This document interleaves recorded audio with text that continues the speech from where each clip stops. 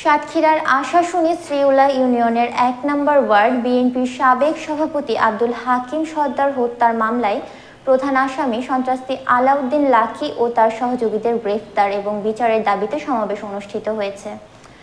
Ashashuni Sriula union বিএনপির আয়োজনে মহিষপুর বাজারে বুধবার বিকেলে সমাবেশ অনুষ্ঠিত হয়।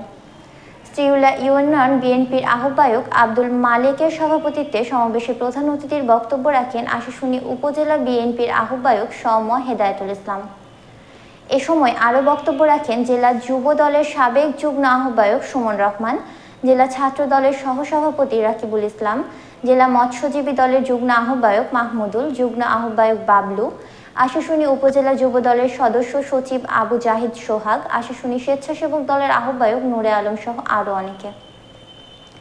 সমাবেশে বক্তারা বলেন, শ্রীউলা ইউনিয়নের ১ নম্বর ওয়ার্ড বিএনপির সাবেক সভাপতি আব্দুল হাকিম সর্দারকে হত্যা করেছে সন্ত্রাসী আলাউদ্দিন লাকী ও তার সহযোগীরা।